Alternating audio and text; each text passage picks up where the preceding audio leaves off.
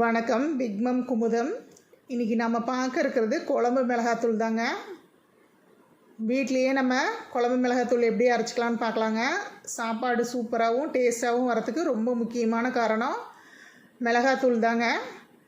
கடையில் வாங்குறத விட நம்ம வீட்லேயே அரைச்சி வச்சுக்கிட்டோம்னா கொஞ்ச நேரம், ஒரு அரை மணி நேரம் டைம் ஸ்பெண்ட் பண்ணோம்னா போதுங்க. நல்லா சூப்பராக ஹெல்த்தியாக குழம்பு மிளகாத்தூள் ரெடி பண்ணிக்கலாங்க. அதுக்கு தேவையான பொருளை முதல்ல எடுத்து வச்சுக்கலாங்க. பாருங்கள், நான் எல்லா பொருளும் எடுத்து வச்சுருக்கிறேன். மிளகாயில் எப்போவுமே இந்த மாதிரி கொஞ்சம் இது வருங்க, சாவி மிளகான்னு சொல்லுவாங்க. இந்த மாதிரி கலர் மாறி இருக்கும். காட்டில் எடுக்கும்போதே எடுத்துருவாங்கங்க. மிளகாய் கொண்டுட்டு வந்து அதெல்லாம் பொறுக்கி எடுத்துருவாங்க. இருந்தாலும் அதேமாரி 1-2 வரும். அதை இந்த மாதிரி எடுத்துக்கலாங்க. நம்ம வாங்குகிற மிளகாயில் இருக்கிறத இந்த மாதிரி எடுத்துக்கலாம். நான் குண்டு மிளகாய், வால் மிளகாய் 2 மிளகாயும் எடுத்துருக்கிறேன், கலந்து எடுத்திருக்கேன். நீங்கள் ஒரே மிளகாய் மட்டும் எடுக்கிறதுனால எடுத்துக்கலாம், இல்லை 2மே கலந்து எடுக்கிறதுனால எடுத்துக்கலாம்.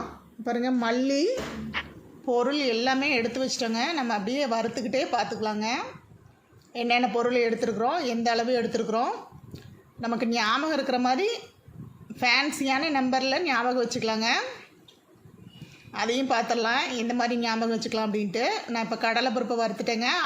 கடாய் அடுப்பில் வச்சு, கடாய் நல்லா சூடானதுக்கப்புறமா அடுப்பை குறைச்சி வச்சிடலாங்க. குறைச்சி வச்சு பொறுமையாக எல்லாத்தையும் வறுத்து எடுத்துக்கலாங்க.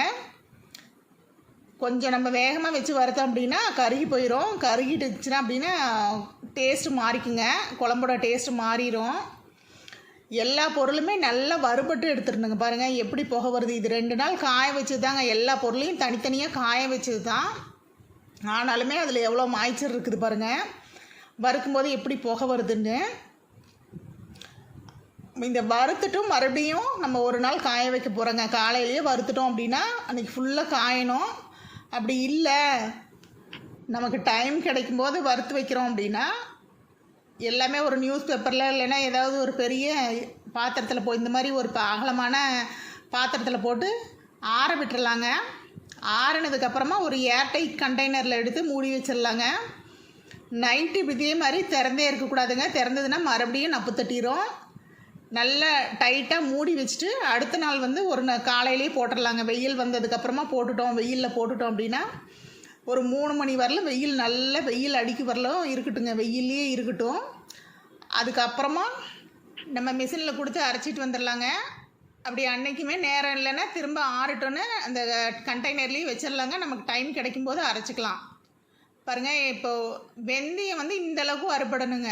குழம்பு மிளகாத்தூளுக்கு ரொம்ப முக்கியமாக வெந்தயம் நல்லா இந்தளவுக்கு செவந்து வரணும். அந்தளவுக்கு வறுபட்டு எடுத்தால் தான் குழம்பு மிளகாத்தூள் டேஸ்ட்டு நல்லாயிருக்குங்க. பெருங்காயத்தையும் இந்த மாதிரி வறுத்து எடுத்துக்கலாங்க. நான் பால் பெருங்காயம் எடுத்திருக்கேன். கட்டி பெருங்காயம் கூட எடுக்கலாம். கட்டி பெருங்காயம் எடுத்தோம் அப்படின்னா அதை சின்ன சின்னதாக உடச்சி வச்சு நல்லா நிழல்லையே வச்சோம்னா நல்லா உணர்ந்துருங்க. உணர்ந்ததுக்கப்புறம் இந்த மாதிரி வறுத்துட்டு கொடுத்தோம்னா நல்லா அரைச்சி கொடுத்துருவாங்க. எல்லா பொருளையுமே வறுத்ததுக்கப்புறம் எல்லாத்தையும் ஒன்றா கலந்துக்கலாங்க. தனித்தனியாக இதுக்கு மேலே தனித்தனியாக வைக்கணும்னு அவசியம் இல்லை. ஏன்னா நம்ம எல்லா பொருளையும் ஒன்றா வறுத்தோம் அப்படின்னா எல்லா பொருளுக்குமே தனித்தனியாக வறுபடுற நேரம் வந்து தனித்தனியாக ஆகுங்க. எல்லா பொருளும் கணக்காக வறுபடாது. அதனால தான் நம்ம தனித்தனியாக வறுக்கிறோம். வறுத்ததுக்கப்புறம் எல்லாத்தையும் ஒன்றா கலந்துக்கலாங்க. பாருங்கள், நான் நாட்டு மல்லி எடுத்துருக்கிறேன்.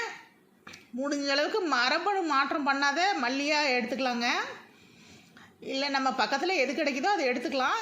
இருந்தாலும் சொல்கிறேன், கிடைக்கும்போது நம்ம அந்த மாதிரி மல்லி வாங்கி வச்சுக்கலாம். ஒரே நிறைய வருஷத்துக்கு தேவையான மல்லி வாங்கி வச்சுக்கிட்டோம் அப்படின்னா அதை பயன்படுத்திக்கலாம். அதுக்காக சொல்கிறேங்க. அதுக்கு மேலே நம்ம பக்கத்தில் எது கிடைக்குதோ அதை வாங்கிக்கலாங்க. அதுக்காக ஒவ்வொன்றையும் தேடி தேடி அலையணும்னு இல்லை. நம்ம தேடிக்கிட்டு இருந்தோம்னா அப்படியே ஒவ்வொரு பொருளாக தேட வேண்டியதாக இருக்கும். நம்ம பக்கத்தில் எது சுலபமாக கிடைக்குதோ அதை வாங்கிக்கலாம். எல்லாத்தையுமே வறுத்து எடுத்துக்கலாங்க. பாருங்கள், மல்லியும் கலர் மாறுற அளவுக்கு வறுத்து எடுத்துக்கலாம். நல்ல வாசனை வரணுங்க, அந்தளவுக்கு வறுத்து எடுத்துக்கலாம். இப்போ நான் பாத்திரத்தை மாற்றிக்கிட்டேங்க. அந்த கடாயை வச்சுக்கலாம். அந்த கடாயிலேயே இந்த மிளகாயை வறுத்து கொட்டிக்கலாங்க. ஏன்னா அந்த கடாயோட சூடு இருக்கும். இந்த சூடு இருக்கிற கடாயிலேயே இந்த மிளகாய் பெரிய கடாய் மாற்றிக்கிட்டேன் நான். இப்போ வறுத்த அந்த கடாயில் சூடாக இருக்கிற முதல்ல நம்ம வறுத்தோம் இல்லைங்களா, அந்த கடாயிலேயே கொட்டினோம் அப்படின்னா 1-2 மிளகாய் வறுபடாத இருக்கிறது அந்த சூட்லேயே நல்லா வறுபட்டுக்கும். இப்போ பாருங்கள், எல்லா மிளகாயும் நான் ஒன்றா போட்டு, வால் மிளகாய், குண்டு மிளகாய் எல்லாத்தையும் ஒன்றா போட்டு தான் வறுக்கிறேன். எல்லா பொருளையும் இப்போ கலந்து வச்சிட்டோங்க. நம்ம அளவு சொன்னோம் இல்லைங்களா, அந்த அளவு பார்த்துக்கலாங்க.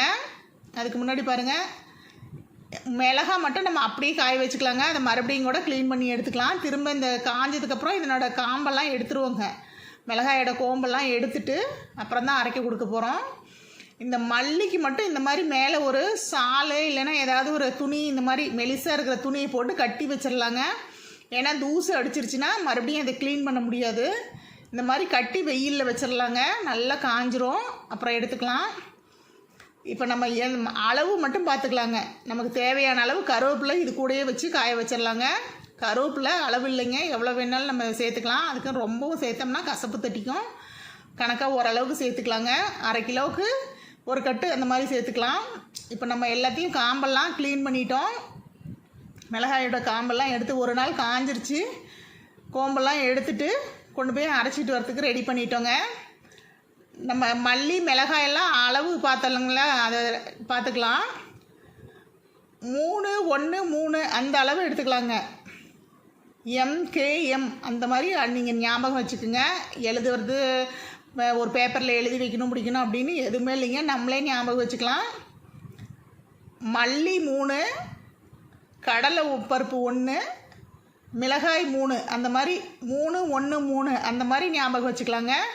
அதை வச்சுக்கிட்டோம் அப்படின்னா 300 கிராம் மல்லி, 100 கிராம் கடலைப்பருப்பு, 300 கிராம் மிளகாய் அந்த மாதிரி ஞாபகம் வச்சுக்கிட்டோம்னா அதுக்கு 20 கிராம் மற்ற பொருள் எல்லாமே 20 கிராமுங்க.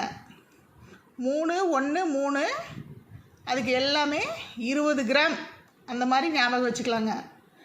அந்த மாதிரி வச்சு அதுக்கு நீங்கள் இதுக்கு அதிகமாக எடுக்கிறீங்கன்னா அதுக்கு தகுந்த மாதிரி எடுத்துக்கங்க, குறைச்சி எடுக்கிறீங்கன்னா அதுக்கு தகுந்த மாதிரி எடுத்துக்கங்க.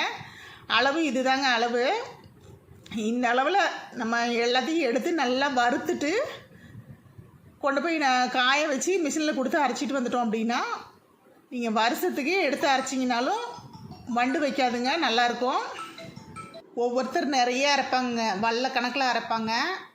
அந்த மாதிரியும் அரைச்சி வச்சுக்கலாங்க. அரைச்சோம்னாலும் வருஷத்துக்கே இருந்தோம்னாலும் வண்டு வைக்காது.